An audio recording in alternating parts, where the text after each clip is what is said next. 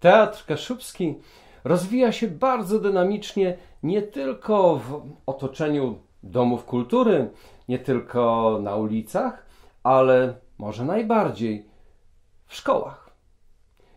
Pojawia się może nawet coś, co możemy nazwać kaszubskim teatrem szkolnym. Bo oczywiście z perspektywy roku 2020 widzimy, że na terenach całej Polski istnieją teatry szkolne. Ale mam wątpliwość, czy są tak intensywne, jak się to dzieje właśnie na Kaszubach. Może właśnie na Kaszubach jest taka oto możliwość, że teatr kaszubski może być jednocześnie kaszubskojęzycznym. A więc co to jest właśnie w sytuacji szkolnej niezwykle inspirujące, bowiem nauczyciel podczas działań właściwie artystycznych może realizować jednocześnie cele sztuki. Cóż takiego mamy szczególnego w teatrze szkolnym? Czy jest to tylko rzeczywistość obserwowana dopiero od 20 lat?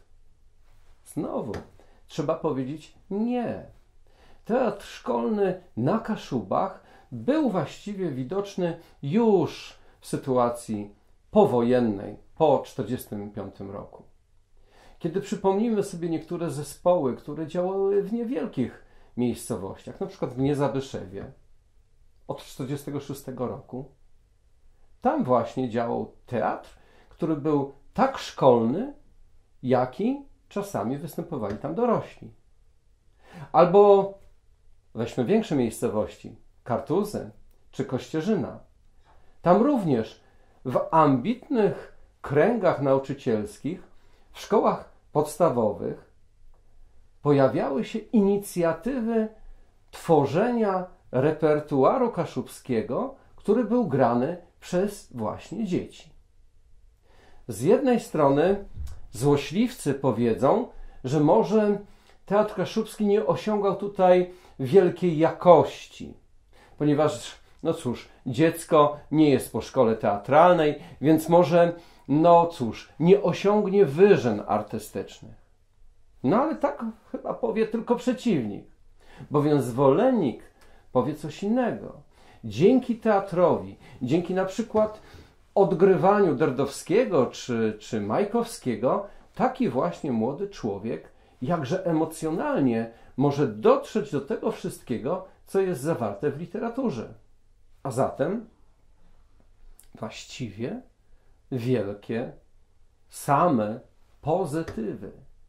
I to nie jest kwestia tylko grania takiego oto klasycznego Majkowskiego czy Derdowskiego, bo przypomnijmy sobie, właśnie w ramach teatru szkolnego możemy sobie wyobrazić właściwie połowę chyba zawartości sztuk teatralnych Stefana Fikusa.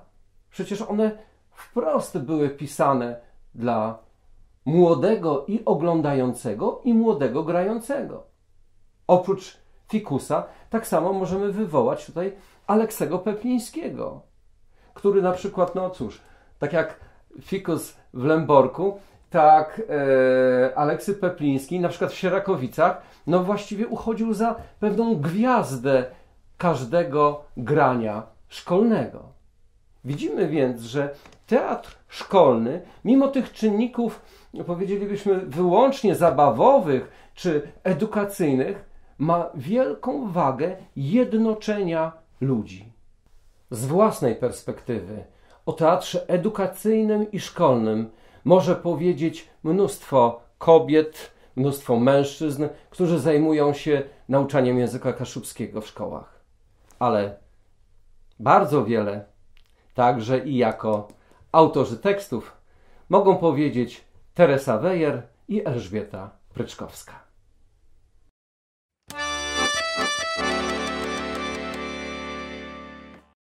Historia z teatrem zaczęła się w 1990 roku w mojej szkole w Kamienicy Szlacheckiej.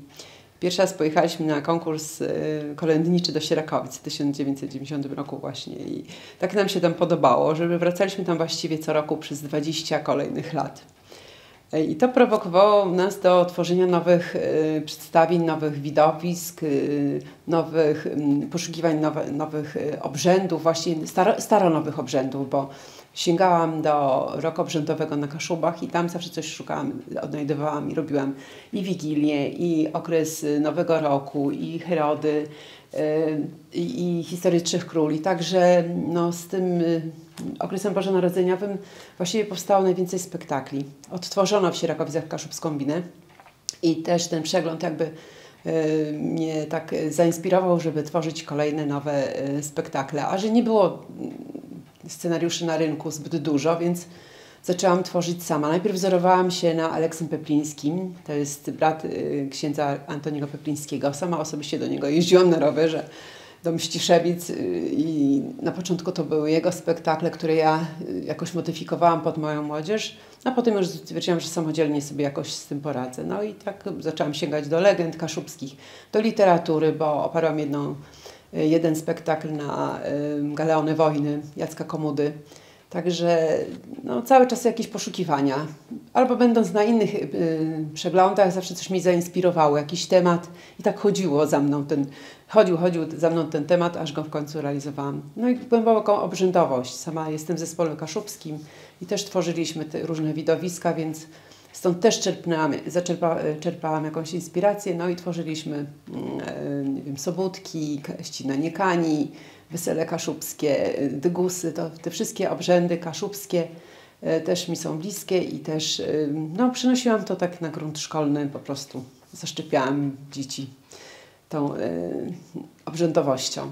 A dzieci chętnie, powiem szczerze, że chętnie brały w tym udział. Raz, że to było im bliskie, bo jednak do dzisiaj chodzi gwiazdka po kamienicy szlacheckiej, gwizdże chodzą. No i nie trzeba było im wiele tłumaczyć, co oni mnie nawet uczyli tej obrzędowości. To ja czerpałam od starszych mieszkańców informacje, kto chodził w gwiazdce, jakie maszkary, co symbolizowały, więc tego się wszystkiego uczyłam właściwie od mieszkańców kamienicy.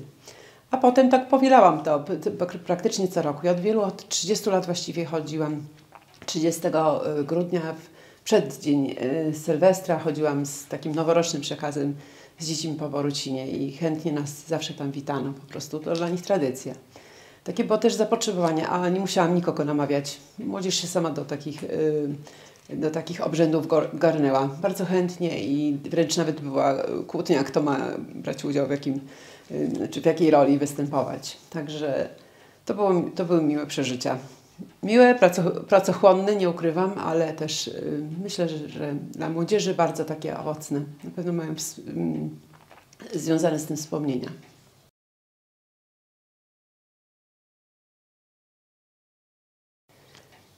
Ja z dziećmi, no wiadomo, to jest moja praca, także to jest jakby tak, jak to powiedzieć, związane z moją pracą, tak? Teatr mnie troszeczkę wciągnął, zaczęłam się też w tym temacie troszeczkę kształcić, doskonalić. Brałam udział w projekcie szekspirowskim w Gdańsku 3-krotnie. Wzięliśmy tam też udział w takim teatralnym pasjansie. Także też wciągnęłam tam swoich uczniów i siebie, można powiedzieć. Tak się jakoś zaraziłam tym teatrem, że to zaczęło być też troszeczkę moją pasją, tak? Choć nie ukrywam, że właściwie nie tylko piszę scenariusze, ale jestem i reżyserem, i krawcową, i choreografem, i wszystkim właściwie, tak? Także to jest trochę wyczerpujące zajęcie, ale już pochłaniające bardzo, tak? Ale daje satysfakcję ogromną.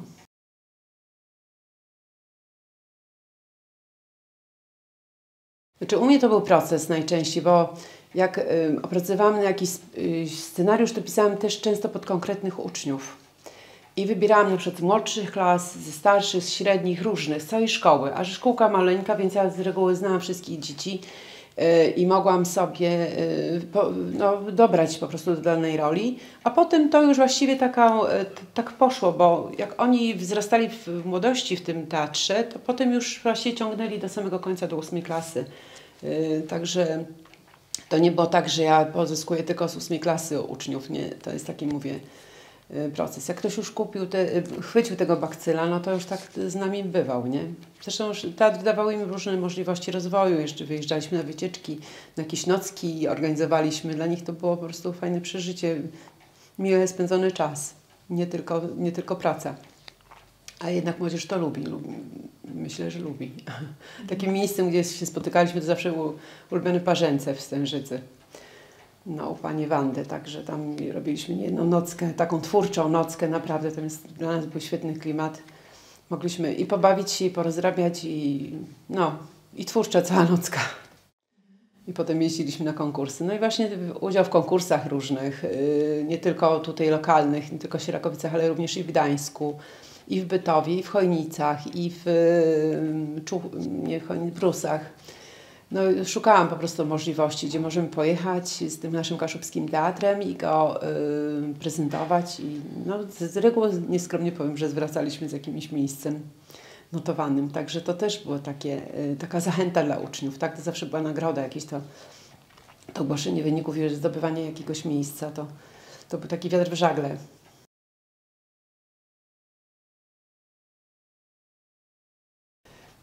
Właściwie większość sztuk to w języku kaszubskim.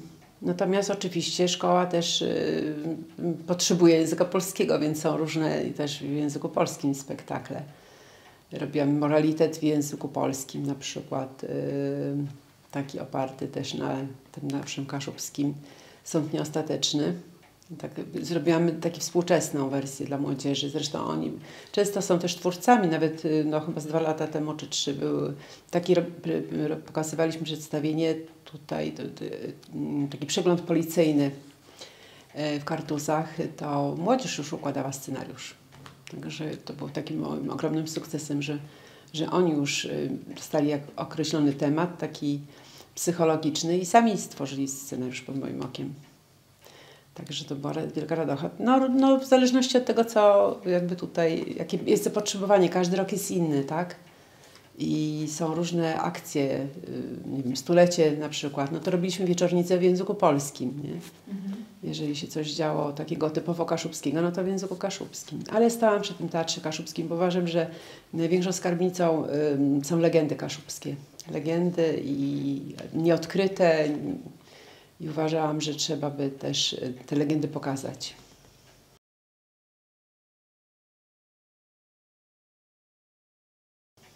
Dla mnie Sąb jest taką skarbnicą. No i ja opieram się na słowniku gwar kaszubskich Sychty. Często jak robiłam jakiekolwiek obrzędy, to najpierw siadałam do słownika i szukałam hasła, czy czarownice, czy diabły, czy purtce, czy smantk. Zawsze szukam najpierw wiedzy w tym słowniku. Jakoś tak uważam, że to jest największa skarbnica wiedzy.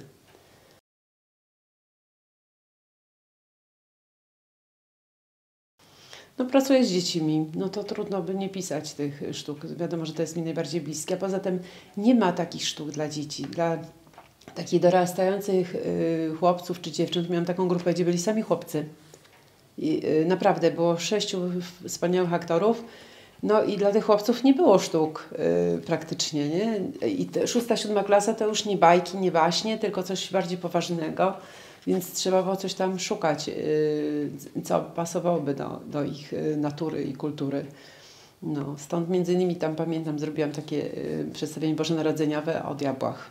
No i zaangażowałam ich w rolę diabłów i miałam 12 tupurtków na scenie. Także no, gdzieś tam tak dzieci zawsze inspirowały.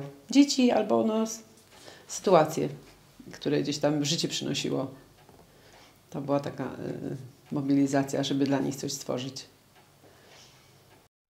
Jak w teatrze szkolnym zaprezentować tradycję kaszubską? Czy zawsze musi być naznaczona tak silnym elementem edukacji? Trudno na to jednoznacznie odpowiedzieć. Pewnie zależy od klasy, pewnie zależy także od reżysera, nauczyciela. Kiedy na przykład sięgniemy po różne opracowania lub zbiory tekstów, które mogą być potem odgrywane w szkołach, zastanawia tak, z jednej strony tendencja do przedstawienia pewnych mistrzów sceny albo mistrzów literatury kaszubskiej, którzy są podawani na przykład w skrócie. To jest jedna tendencja. Druga, pokazywanie poprzez teatr szkolny zwyków, obyczajów, zachowań kaszubskich, czy to związanych z Bożym Narodzeniem, czy z Wielkanocą, czy z dożynkami, czy z weselem. I wreszcie to jest może trzecia kwestia, najciekawsza, ale i może najtrudniejsza. Pokazanie pewnej codzienności szkolnej, współczesności, która także w Teatrze Kaszubskim szkolnym powinna zaistnieć. Na przykład w tym zbiorze, który tutaj trzymam, tak właśnie się dzieje. Na przykład są scenariusze akademii, są scenariusze, które dotyczą wydarzeń szkolnych. Bo tak, teatr edukacyjny i teatr szkolny nie musi się zajmować tylko przeszłością, jakąś rocznicą. Jak najbardziej powinien pokazywać także i współczesność.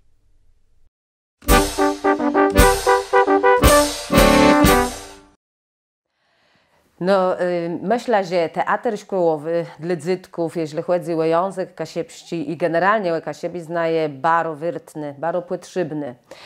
Chodzi przede wszystkim o to, że poznawając teksty kasiepści, literaturę kasiepści, albo stworzone nowe teksty, one są też bogate w tacy rozmaity przejęcia. Tam są zawarte przejęcia mitologiczne i nie tylko, i sparłączone i z legendami, i z tym, co wokół czym Kasiebi dzieją. I to jest dla nich jakby to bogactwo, tacy, można powiedzieć, że oni przez to poznawają. Ale też inne rzeczy takie, poznawają słowizna.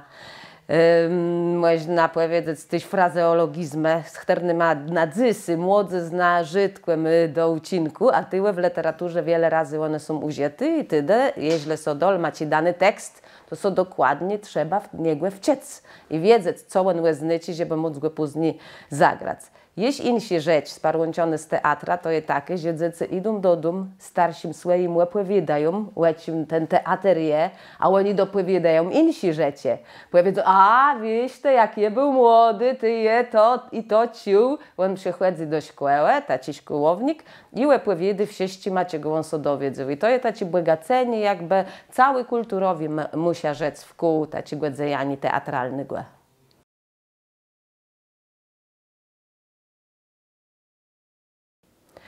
W teatrze szkołowym łeba te, można powiedzieć, dzyle, i ten edukacyjny, i dziejanie na wyobrazne, one muszą być wypośrodkowane.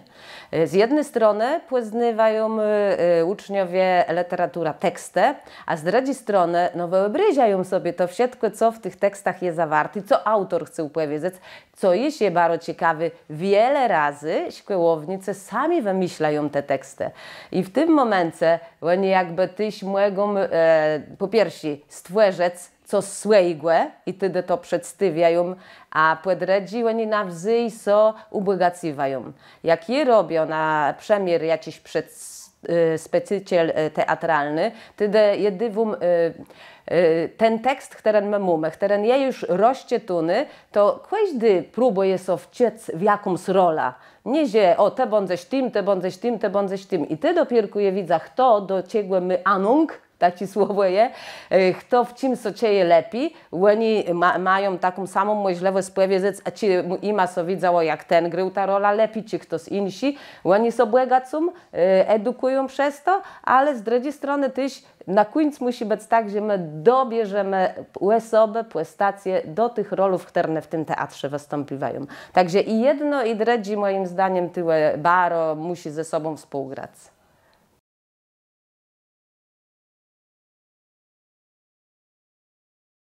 Je tworzą swoje rozmaite scenarniki i one nie nawiązywają do literatury tej nasi, one są jakby piarty zdniowe, ale jeśli bym miała sygnąć do literatury tej klasyki nasi, to przede wszystkim ja bym z tej klasyki wybrać wyjmci. Z jednej strony one do mnie przemawiają, z drugiej strony bym wybrała pyra takich rozmaitych placów, i jeby da uczniom, żeby oni spróbowali przemyśleć sobie, które z tych jakby dzylów literatury im pasują. Wiele razy jest tak, że ta literatura, ten teatr, ten scenarnik nie jest letci dla uczniów naszych. To są dla nich już bardzo cezy daleci, odległe jakby dzieje, które są tam odbywały i w tym momencie dzieją tak, że staram sobie jakby uwspółcześnić. Staram sobie dodać do nich jeszcze jakąś pieśnia, muzyka i tak było na przykład z Dickensem, że tam dołożyli jeszcze piący muzycznych takich dokazów stworzony dokładnie na potrzebę tego spektaklu i to zostało jakby takim musicalem, można powiedzieć. I wtedy to czysto inaczej do młodzieży, do dzieci dotarło, a tyś oni są dobrze w tym ciele. Trzeba mieć wtedy tyś dobrych, co śpiewają, bo to jest tyś wyźny. Ale żeby jak lżejszy był ten tekst dla szkołowników, żeby tyś ci odbiorcy, po pierwsze ci, co grają, żeby są dobrze w tym ciele, a po drugie, żeby to dało tyś ten idzyl edukacyjny, można powiedzieć, i zadziałało na wyobraźnię tych, które to będą łebzyry, ale przeważnie to są ich rówienice, także oni by musieli do nich dotrzeć.